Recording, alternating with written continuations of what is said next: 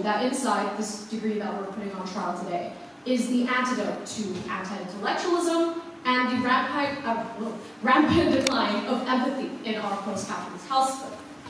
So, literature connects some of the most intrinsic and universal aspects of human existence, right?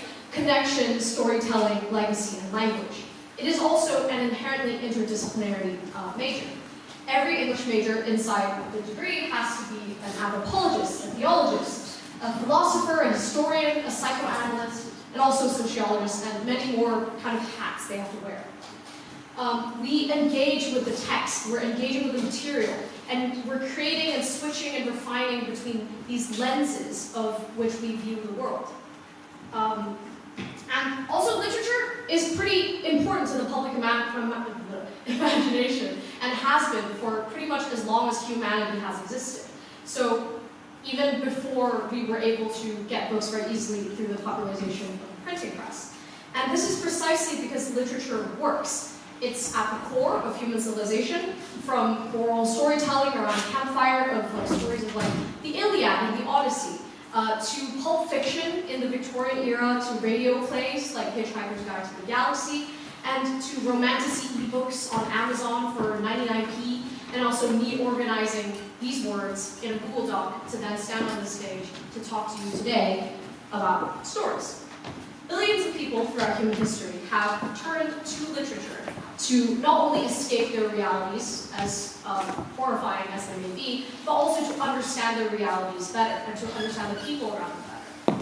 And that's why it troubles me so extremely deeply that according to the English Association in the UK, from 2019 to 2024, the number of enrollments in an English degree has declined by 20%. That's a fifth of all people who used to pursue these degrees.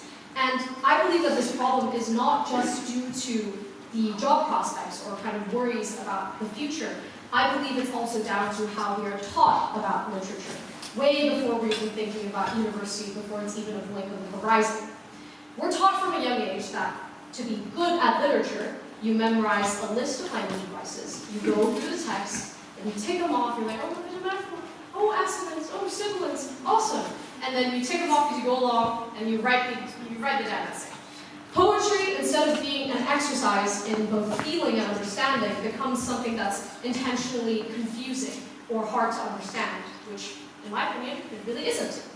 And Shakespeare, who is in every English curriculum around the world, becomes a mandatory chore instead of what he actually is, which is a revolutionary titan of the English language, who has invented dozens of words that we still use every day today, and is nasty and hilarious and profound and relatable in so many ways than just, within an English classroom.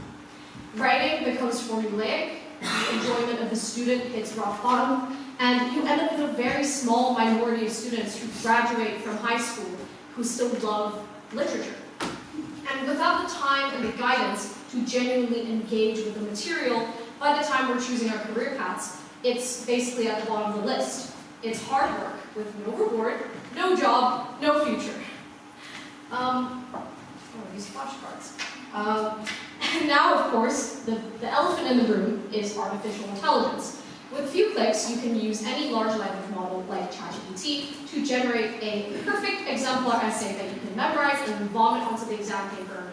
And many believe that because of this capability, there is simply no point anymore in learning how to brainstorm, to synthesize, to structure, and how to write an essay if you can just generate one.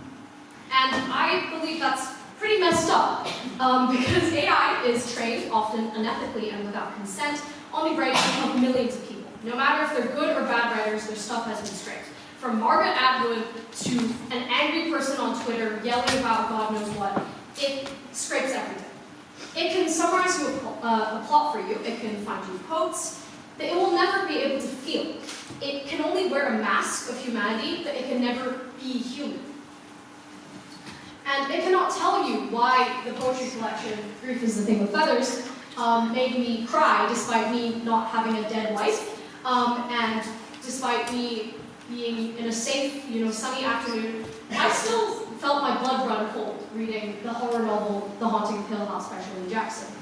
These are recommendations from me, by the way. And it can not generate like a concise, exam-ready summary of why, like, a little kid would lie awake at night dreaming about sorcerers and dragons and magic when they're meant to be asleep, and explain that feeling to you because it can't feel. And this is what we do as people, right? Because literature is not clinical. It's not contained by flashcards, even if I've written this on flashcards. It can't be contained by appeal paragraphs or a classroom even. It explodes into every facet of our lives, and in training ourselves to understand it better, we not only become smarter people, we exercise our brains more, we're more compassionate about our own experiences, other people's experiences, and dare I say, in the end, we become more human through the study of literature. And something that I believe is not discussed enough about literature is that the access to this kind of intellectual and imaginative life is not equal in any measure. For students from like working class or like immigrant families such as mine, studying literature can feel like a really luxurious act that is not practical or stable, and it can feel like a risk not worth taking. And I believe that that is a failure of society, because stories should belong to everyone, which to me highlights the eternal importance of libraries. I love libraries. I used to teach creative writing at my local library, and I cannot overstate the value of libraries as not only a free, but also in a welcoming and inclusive third space for people to access stories.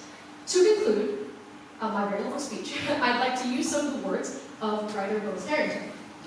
We live in a world where progress is measured by the newest advancement in tech or the GDP of our country going up and up and up.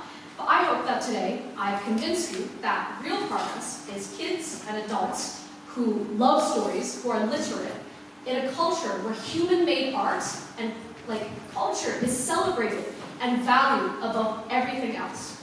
And in these turbulent times, we are progressing pretty rapidly as a society. We are in desperate need for community. And the only way forward, in my opinion, is to pick up a book, write a poem, watch a play, and talk about it, and read about it, and write about it, and cry about it, and laugh about it, until we can see the brighter future ahead. Thank you.